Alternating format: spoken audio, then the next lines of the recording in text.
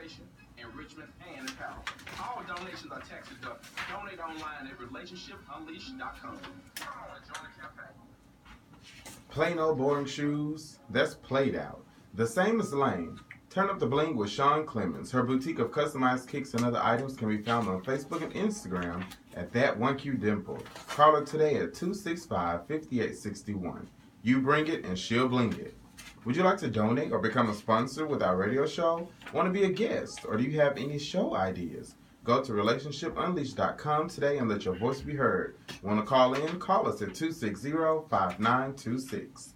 The Unleashed Voice magazine is here, and it's in a location near you. The Memphis Gay and Lesbian Community Center, Side Street, Spin Street, Wild Hair Smoke Shop, Otherlands Ins and Outs, and many other sites. Check out tvmag.com for exclusive content, to sign up for subscriptions, and to get your business in our magazine. Designers, chefs, CEOs, models, whatever your trade is, we want to advertise with you. Don't forget tvmag.com and follow our social media movements.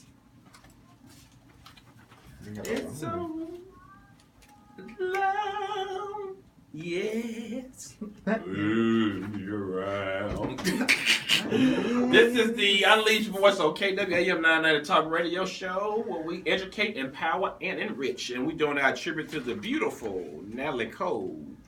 I forgot she had all these beautiful, great songs. I gotta go home and get my Seagram 7 out and put some Natalie Cole on. Oh my God. I have a headache in the morning, drink some Seagram 7. I thought you were going to say something. Mad Dog 2020. Some Jack Daniel or something. Come on, Jack Daniels. Look, my your sister said one time she was drinking something and said she said she was drinking, her breath was so hot. She said, "Who is that beside me?" But she was smelling her own breath. Oh no, you're drunk. So she was drunk. You just say anything. Dude right here. She said, "Oh, who was that beside me?" It was her. Tell all the secrets. Something wrong with you, like for real. Your thermostat in a minute. Check your temperature. All right, we back. So we're talking about New Year resolutions. We're talking about why God made you. We're trying to figure out the me that we want to be. But we're talking about how we were made to flourish, and many people don't realize it's to do your part in flourishing. You have to measure your capacity to love. When you live in love, you flourish. And that's a hard thing to do. Mm-hmm. It's a hard thing to do, to live in love. And love is not intimate loving. It's loving the people who your enemy is. When God's trying to mature you, God put certain people in your way and obstacles in your way to make it harder so you can learn to pass those tests and endure those tests. It's very hard. But in order to flourish, we have to pass these tests and learn how to deal with these people and accomplish the things that we have to accomplish to be the better person that we need to be, because the time to love is now. When we love, we enter into the mystery of eternity.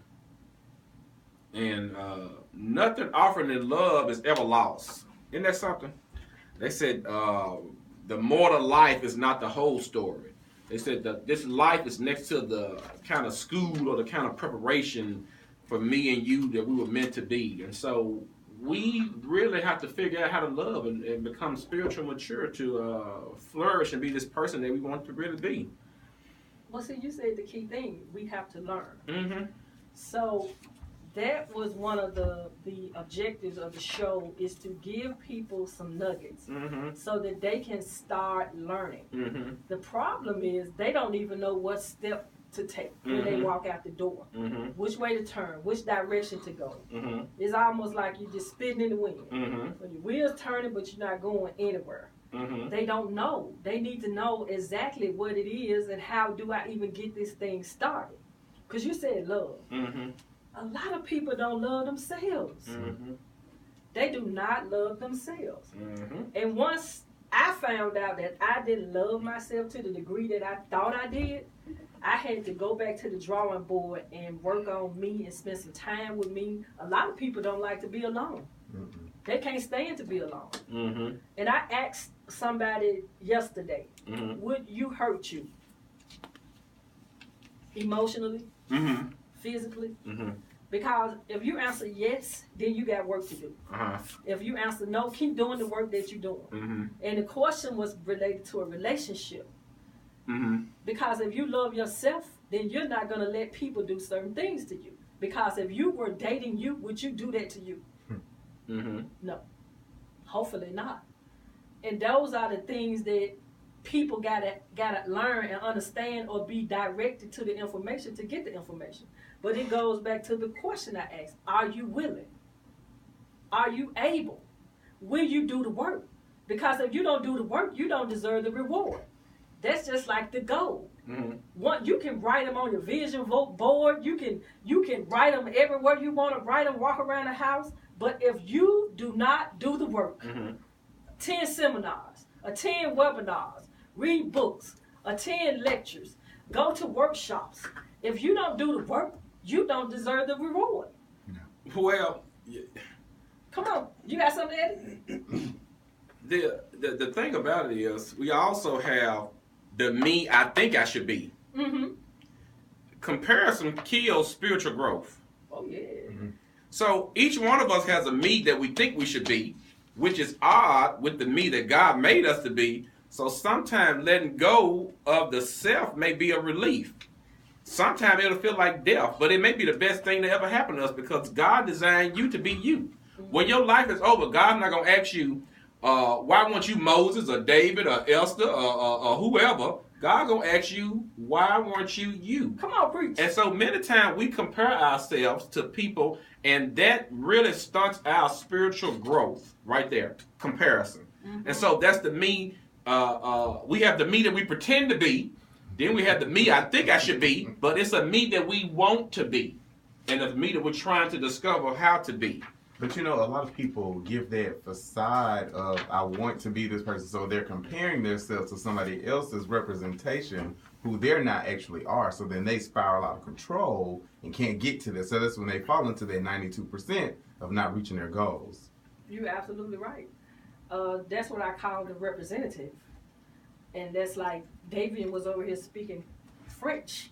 After a while, it's going to go away, and you're going to hear that southern accent, and then that representative going to be exposed. Ratch. So Steve Harvey, in his book, Act Like Success, Think Like Success, he called that the comparison curse. Mm-hmm. Stop the comparison curse. And you have to understand the makeup of you and your driving force. And all of these things are attached to you and can be your vehicle for success. You have to start out with fantasy, the vision of your goal. You have to start it out. And you have to have these big, crazy, radical things that you see about yourself that you want to do. And you have to believe it, you have to know it, and you have to also put in the work. You know that. Just like I know it. Well, on the other side of death is freedom. And no one's more free than a dead man. Think about it.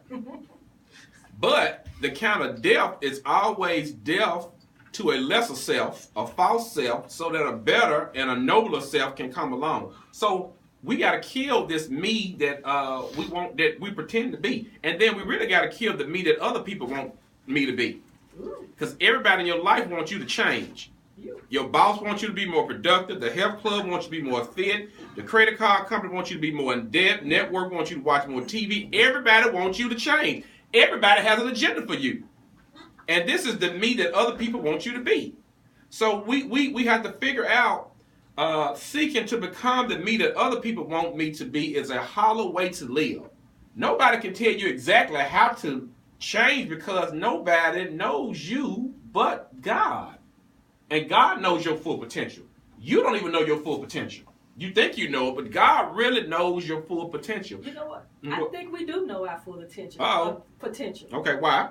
But I think what it is, I think that we've been programmed to believe that we can't have those things because our situation and circumstances have become our reality.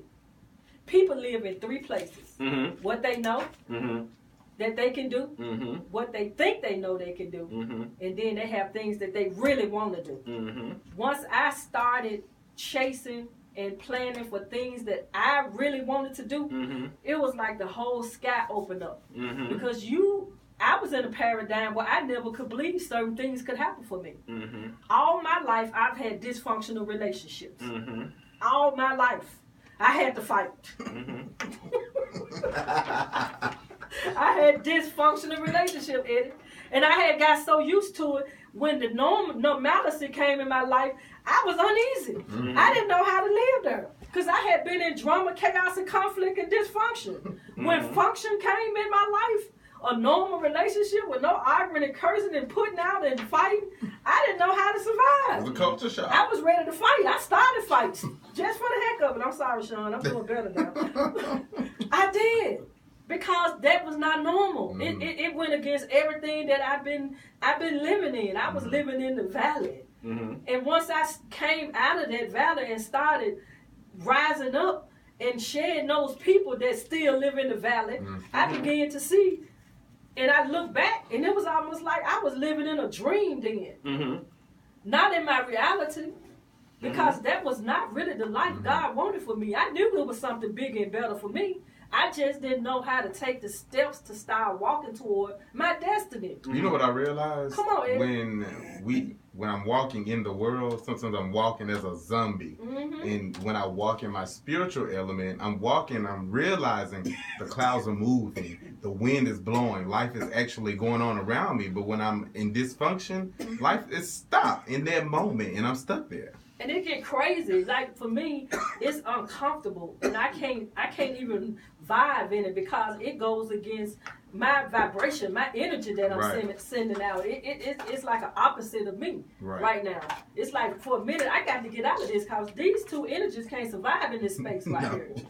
I got to go. That's when people have a spiritual warfare within. Right. So I once I started learning about these universal laws, spiritual laws, that, you got to have a vision. If you don't have a vision, you're going to perish. And you ask and you receive. And I began to believe and put those things in practice and start walking toward it and understood that doors were opening. That made me want to run. It made me want to run. I had never achieved a goal in my life before 2013. Wow. I would quit. I would never see it to the end. And once I started actually putting in the work and began to see that I had been my own worst enemy, the inner me was killing me. INNERME. Yeah, was my ENEMY. The inner me was my enemy. Well, there's a me that I am meant to be. And so God wants you to grow. God created the idea of growth. I know that now. Okay, so in the Bible, Ezekiel and the dry bones, and Ezekiel asks, God asks Ezekiel, can these bones live? And Ezekiel answered, you alone know, God. And God did know. And God made the bones come alive. But God wants people have to realize, God does not want you to stay the same size. Just think about it. God wants you to grow. And so with that growth, and you remember now, I said you were made, put here to flourish. Your flourishing is never just about you. God designed you to flourish so that you can be a part of his redemption project and other ways that you can help people flourish. You can encourage people. So you can plant gardens out here. So you can write music, put magazines out, help the sick, hire people. God designed this so you can help other people. It's not just for you. Your life is not about you only. And people, if you live a selfish life, you should go to Memorial Park. It's right here on Poplar, isn't it? Yep. And get you a casket and get you a shovel and get your dusty self in the grave, because you are living a selfish life. Your life is not about you. And so you have to remember that God wants you to grow. And flourishing in life is possible. All things are possible with God. I promise you it's possible. You have to discover your flow. Once you get your flow, everything has a rhythm. You get your rhythm, you get your flow, it's all possible. I swear it's possible. The truth of the matter is that life of freedom and joy is available. Life, freedom, and joy is available right now. This is good.